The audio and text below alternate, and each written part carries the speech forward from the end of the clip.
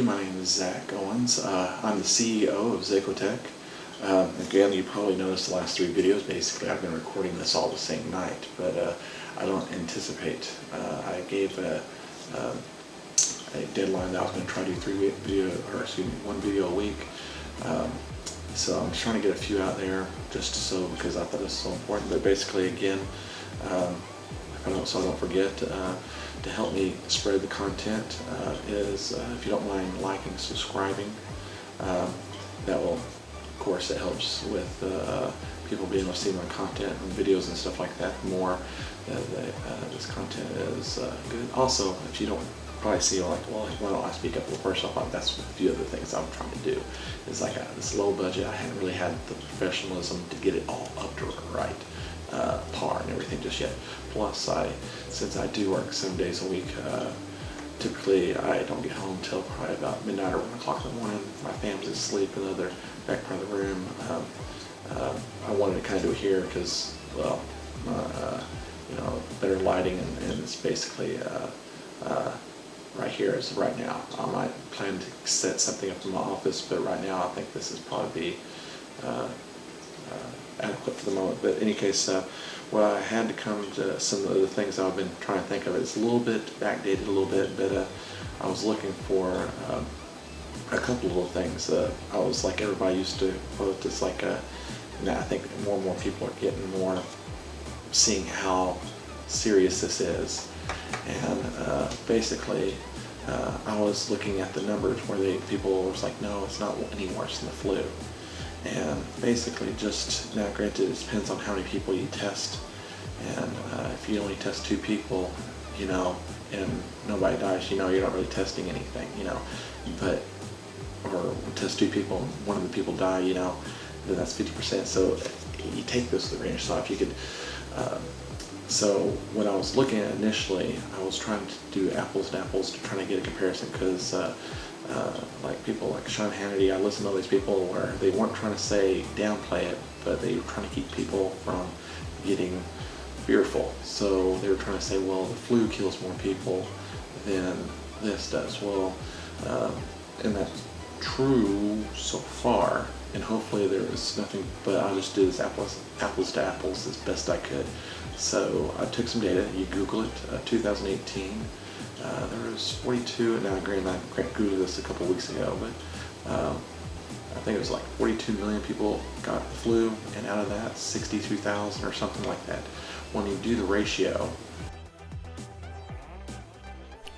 Okay, real quick with this chart, what this shows is the first top left of it, says the higher the number, the better. That means it's less likely you die. So basically, if it's a 1-to-1 ratio, that means if you get sick, you would die. So basically, you'd see the world, U.S., and Italy, and that's the number of people that get sick to die, with the numbers that are reported, not the number that people that may or may not be infected, which I'm sure there is quite a few that we've been testing for, or that we haven't tested for. So basically, in the world's overall average, which I have the overall spreadsheet on all this, but I just didn't have a place to put it up here just yet. Well, I'll probably put it up here after this slide.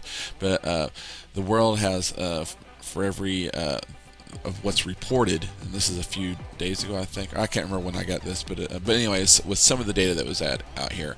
But for every 18 people who get sick, 1 person would die. Now, granted, that might be skewed in the sense that the elderly might be disproportionately get sick than the young and the middle age and stuff like that, and people with higher respiratory and other illnesses might also be at risk, and there's several other factors, but basically just strictly on who's to die. Now, also the USA, you can see that's 40, so we're slightly better, but of course we're doing more tests, so that might it might actually go up, because if there's more people infected but not dying, then that number will go up, because hey, we're testing more, there's more people actually infected, and so that number go up. And also the world might go up as well. Italy, of course, the reason why that is, and I had a few other reasons for this, but essentially there's elderly population and that country, so it's one of the mean, I think it's a mean or mode, I think it's a mean age is 65 or 67 or whatever, compared to China's being 45 or something like that. Basically, well, China's another whole ballpark, but anyway, and then of course the flu is 1 in 700 on a high estimate, 42 million people versus a low 37 million or something like that had gotten infected. So these numbers are showing that you're less likely to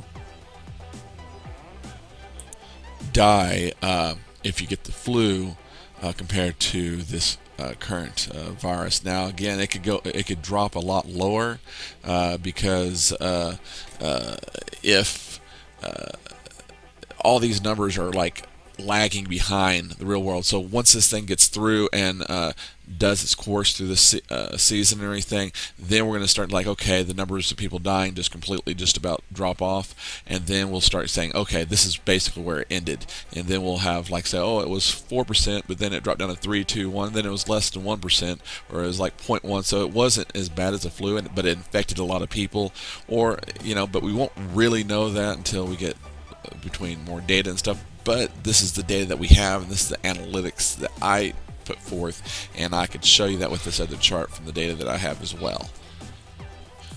One more thing, I already mentioned about the population of Italy because it's older, but also there's, I guess, more likely to be in more infections because of generational homes. A lot more people, the culture there is like they have like their grandparents and grandchildren, everybody living in the same home. So basically, if the children are less likely to get it, but they're more likely to be carriers, then they're more likely to spread it to their elderly relatives and everything. Another thing is how people are declaring who and when people are dying. Now, I've heard several things, like say over there in Italy, they might be saying, well, they had 3 different potential ways somebody could die, and this was probably the last thing that just kind of is the straw that broke the camel's back, or maybe they had a lot of, granted, they had a lot of other underlying conditions, and that they might have died of eventually anyways. But in any case, and this is just a question I heard off of Mark Levin. He posed this question, but he's like, when do you say it was the coronavirus or Wuhan virus and everything versus some other element? Now, so China, I've heard some reporting, again, this is secondhand, that they're encouraging people to say, hey, if they had this virus, we want to make it look as low as possible, but if they had anything else or just about anything else, say it was that, or highly encouraging. So maybe that's another reason why their numbers are lower as opposed to here in the United States. Apparently, if you again, this is maybe more speculative, but maybe if you've had it, they say, oh, they had it, doesn't care if they had it and they got hit by a bus, Now that I'm just being really, but my point being is, if they hadn't got hit by the bus, there would have been no way.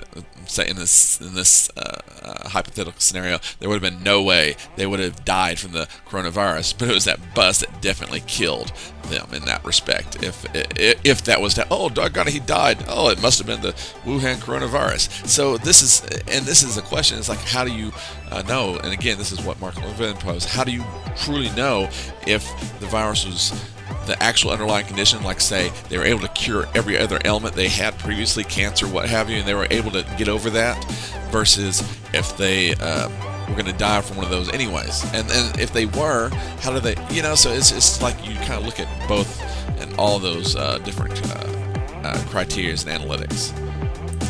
Thanks for watching. If you don't mind, to also like, subscribe, and hit that bell so you get some more of my instantaneous videos. They'll happen in 1 year. Thank you.